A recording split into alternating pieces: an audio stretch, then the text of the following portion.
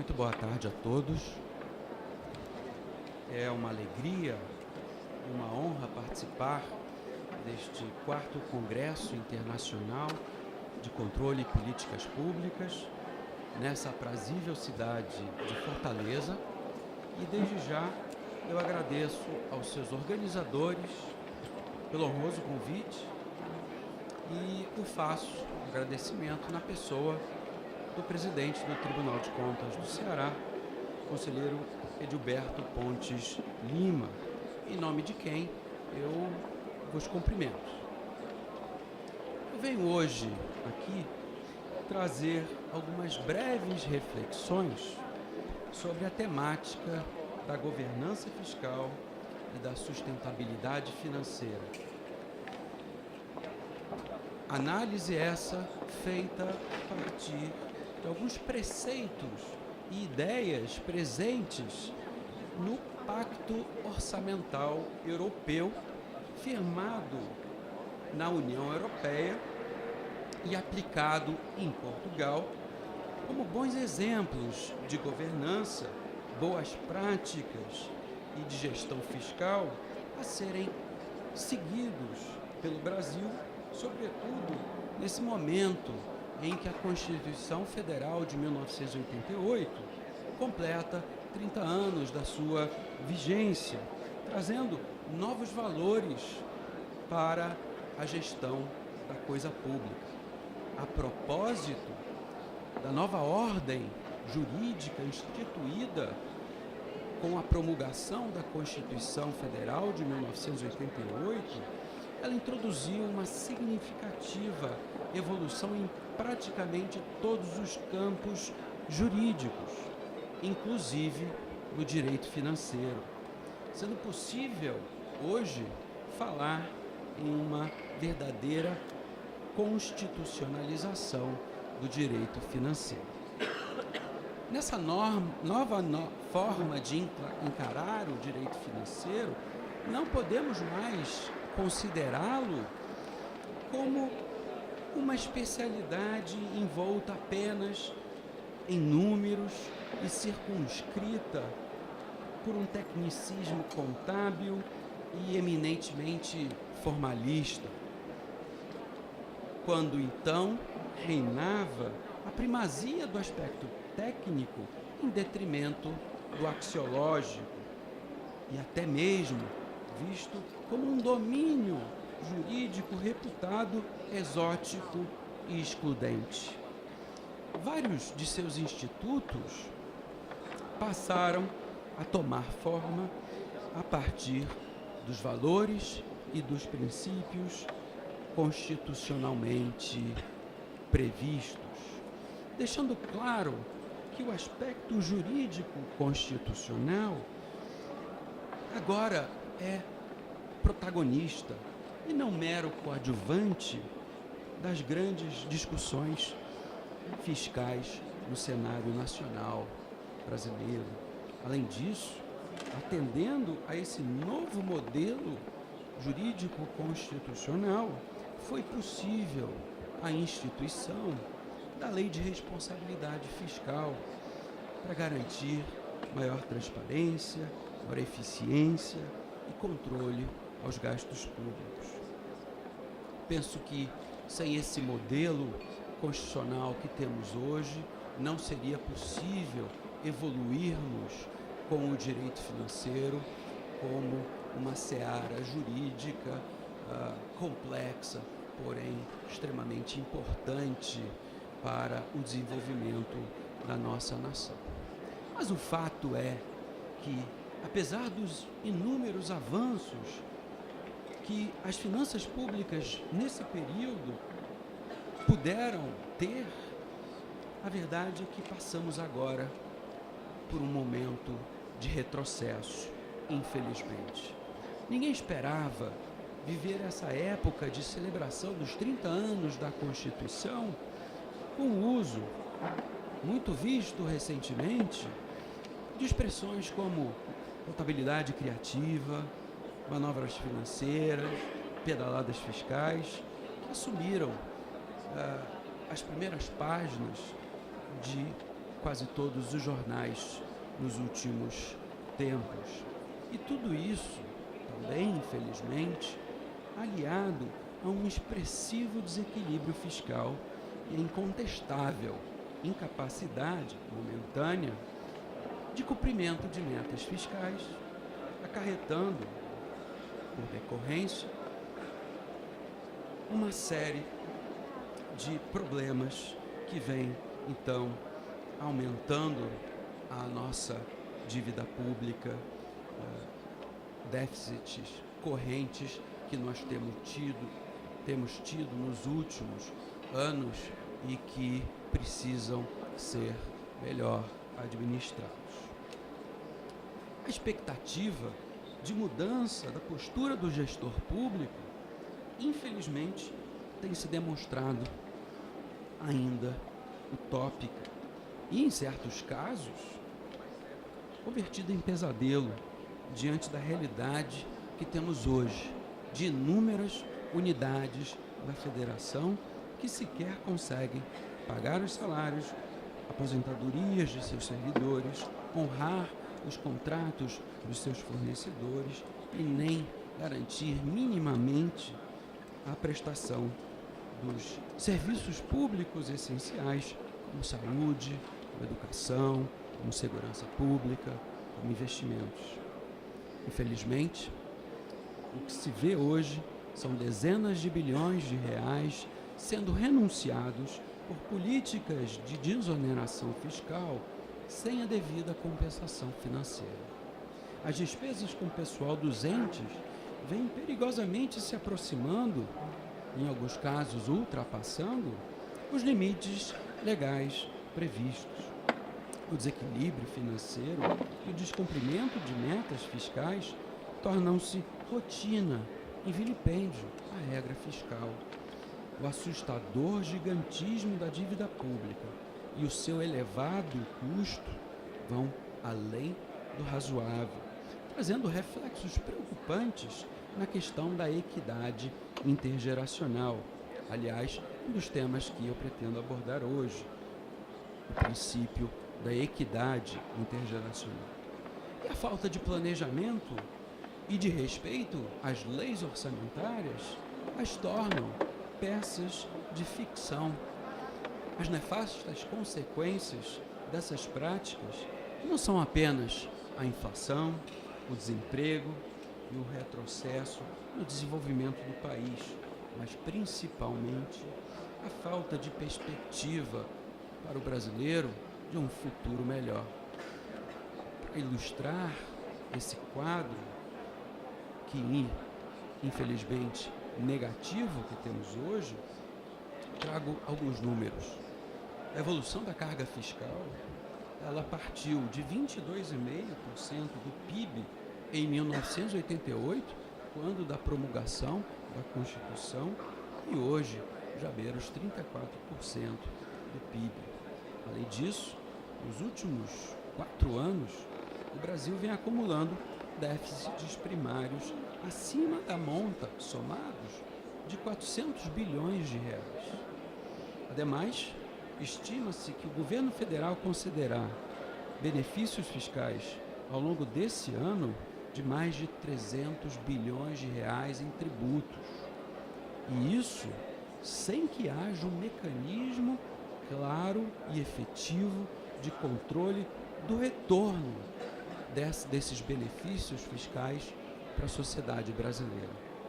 No ano de 2018, a dívida pública em relação ao PIB está chegando a quase 80%, 30% mais do que a média de economias emergentes.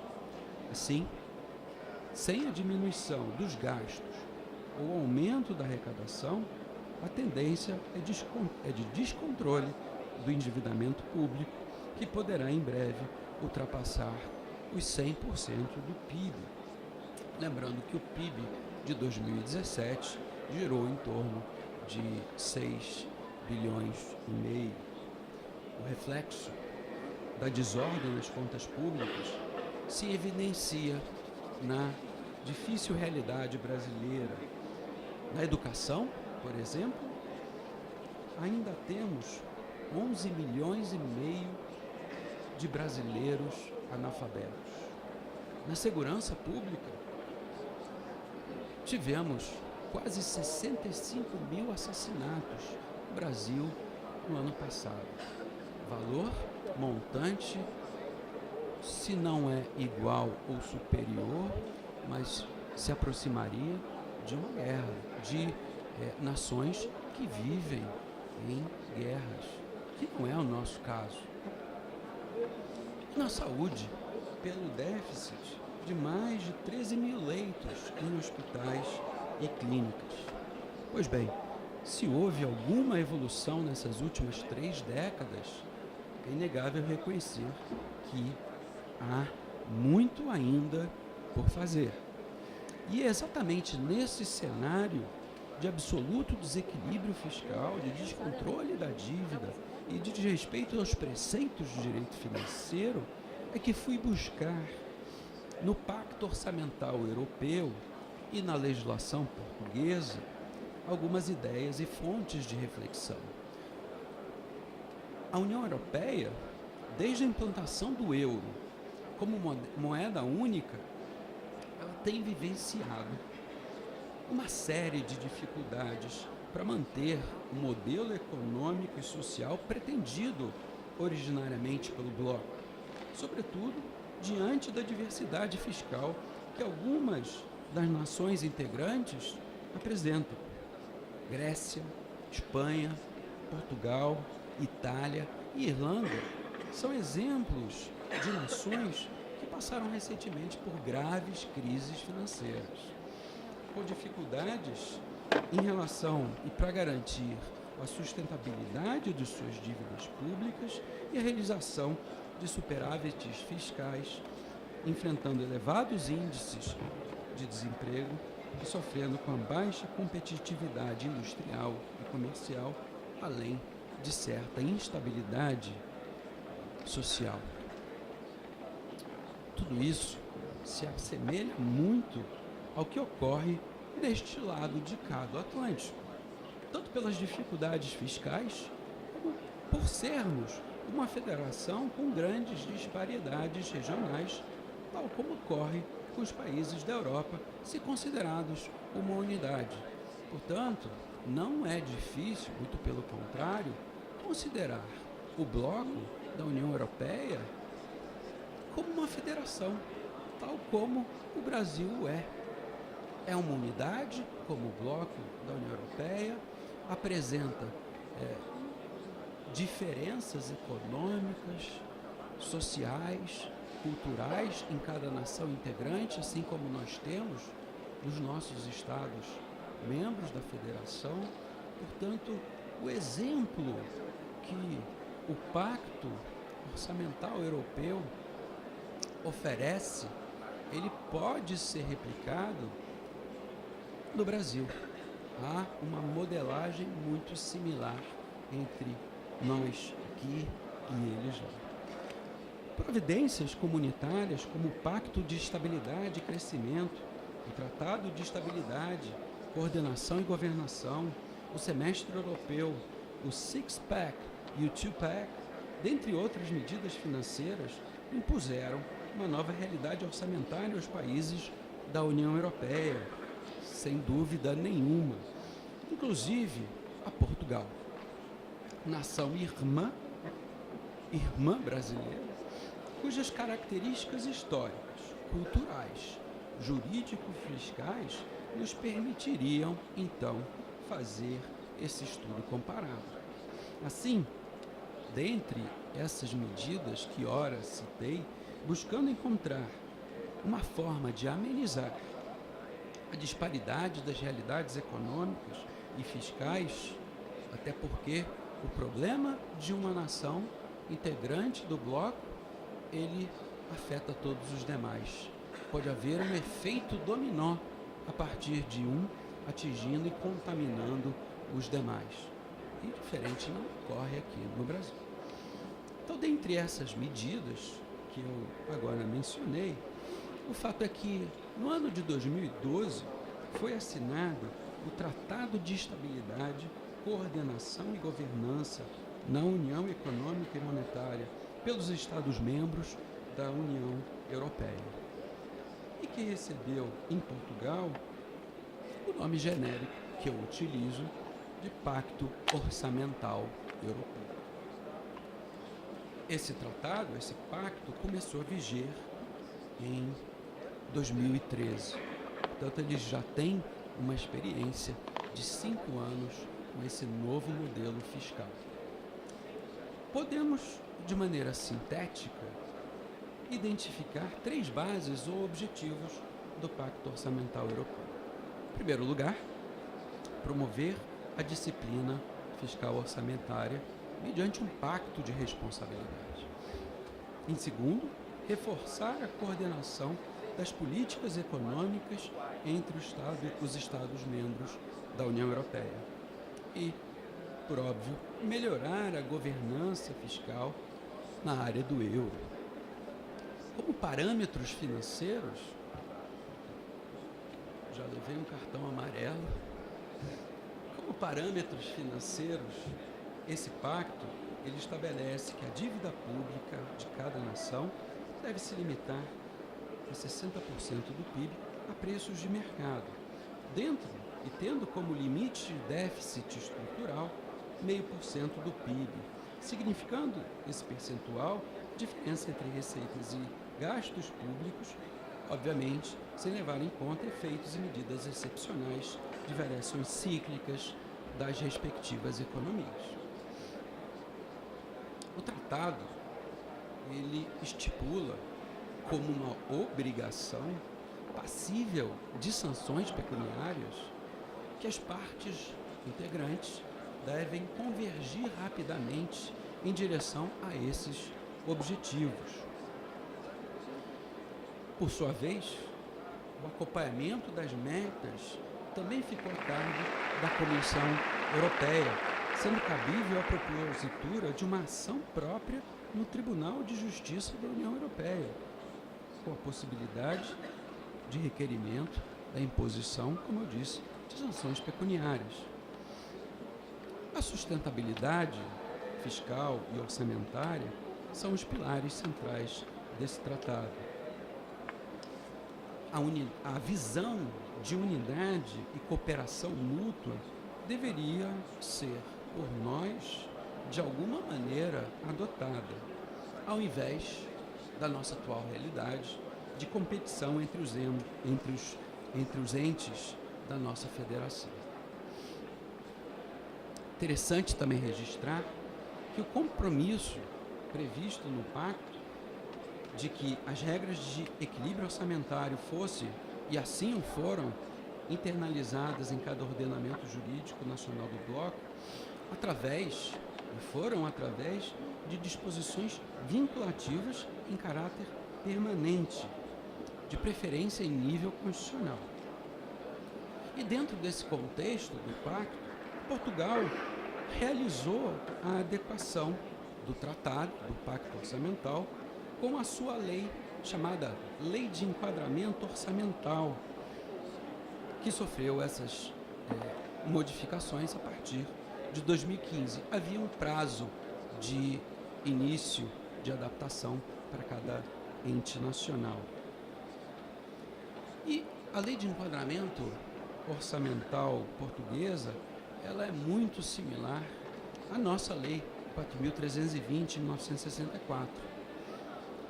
Dentre as medidas que eu tomo como exemplos, que foram adotadas por Portugal, das quais destacamos como sendo os pilares da boa governança fiscal, temos no artigo 10 da Lei de Estabilidade Orçamental, no artigo 11, a previsão da sustentabilidade das finanças públicas, no 12, a solidariedade recíproca e no 13, o respeito à equidade intergeracional.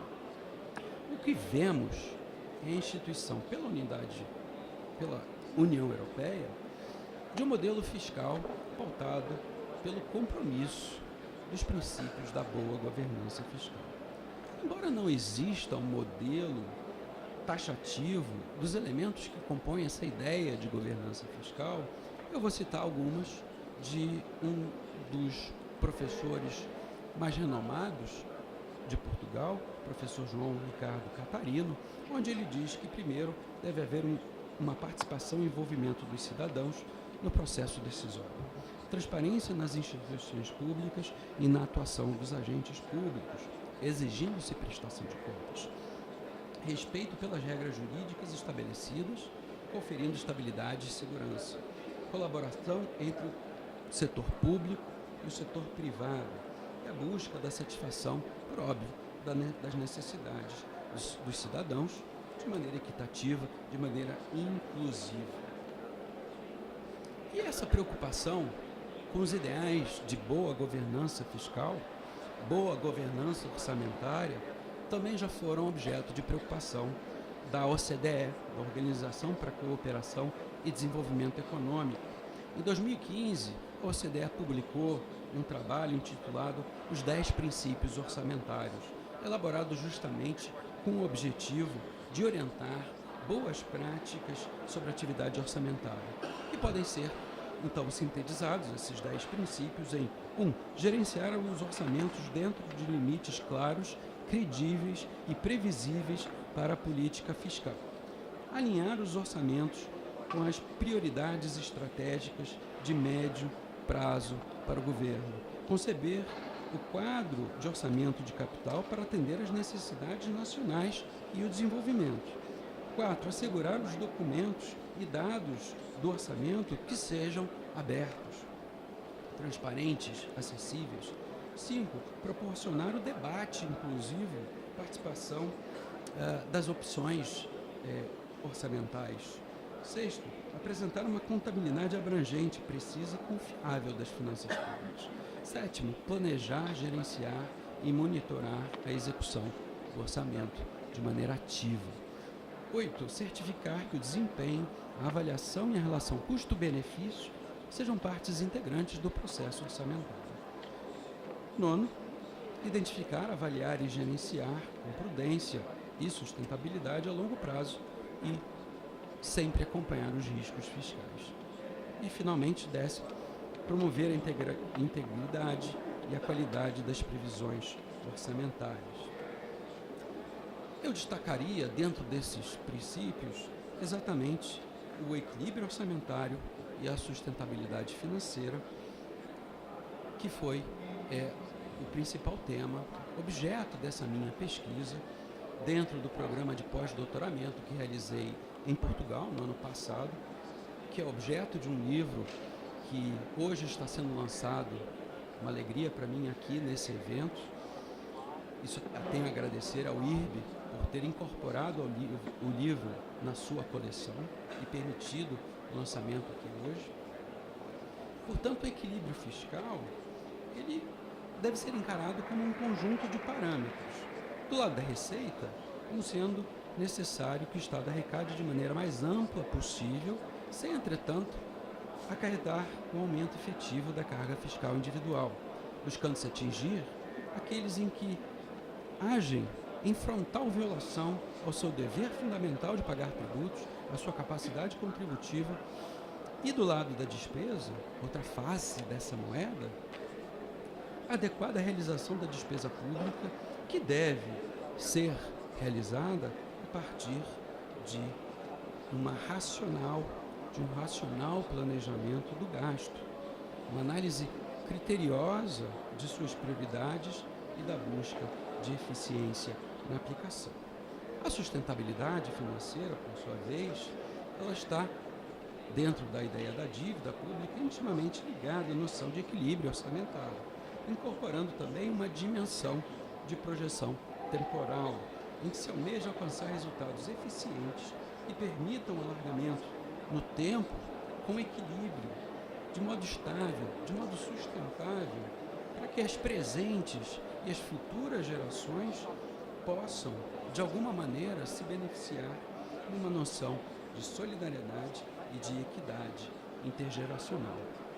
Merece também registro o princípio da solidariedade recíproca, também adotado em Portugal, que recomenda o esforço coletivo de toda a administração pública na busca da estabilidade orçamentária e que para o Brasil se revela extremamente importante.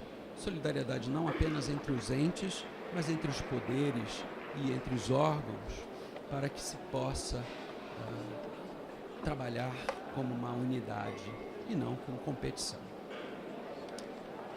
Destaco também o debate em relação ao princípio da equidade intergeracional, que revela o ideal de não impor às gerações futuras o ônus financeiro da dívida pública contraída no passado, de maneira que haja uma justa e proporcional distribuição entre diferentes gerações dos benefícios obtidos com a atividade estatal e o custo para o seu financiamento, o qual está diretamente relacionado com o princípio da sustentabilidade financeira.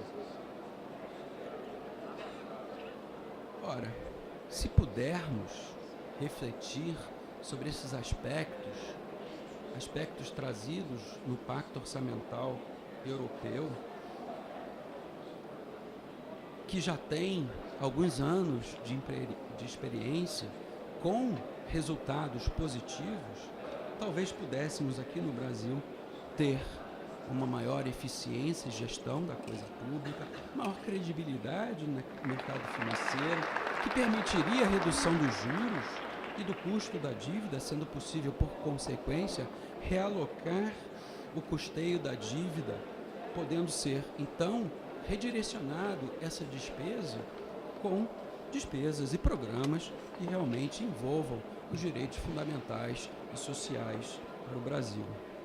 Não podemos olvidar que a noção contemporânea de Estado não é a de que este seja um fim em si mesmo, mas sim um instrumento a serviço do cidadão. O Estado está ordenado ao ser humano e não o revés, como temos visto hoje no Brasil. Os reflexos das recentes mudanças na legislação fiscal portuguesa e europeia, por decorrência das diretrizes estabelecidas no Tratado Orçamental Europeu, na busca da recuperação da saúde financeira e estabilização das contas públicas, é uma efetiva sinalização de que há bons exemplos que podem ser avaliados, refletidos e eventualmente até considerados e aplicados aqui no Brasil. Afinal, para garantir a efetividade dos direitos humanos e sociais, base ideal dos valores e dos princípios estabelecidos na nossa Carta de 1988, que ora completou 30 anos, para garantir a efetividade desses direitos e materializá-los em bens e serviços oferecidos à coletividade, o Estado depende de uma atividade financeira conduzida em observância aos preceitos republicanos e normas constitucionais das finanças públicas, tendo o orçamento público que, infelizmente, ainda é pouco conhecido do cidadão brasileiro. O orçamento público tem um papel capital nessa tarefa, para que se possa ter, ao final, uma verdadeira justiça fiscal acompanhada e transformada em justiça social, atendendo seus anseios da sociedade e dos menos afortunados, tudo conforme os valores liberais e sociais da nossa Constituição.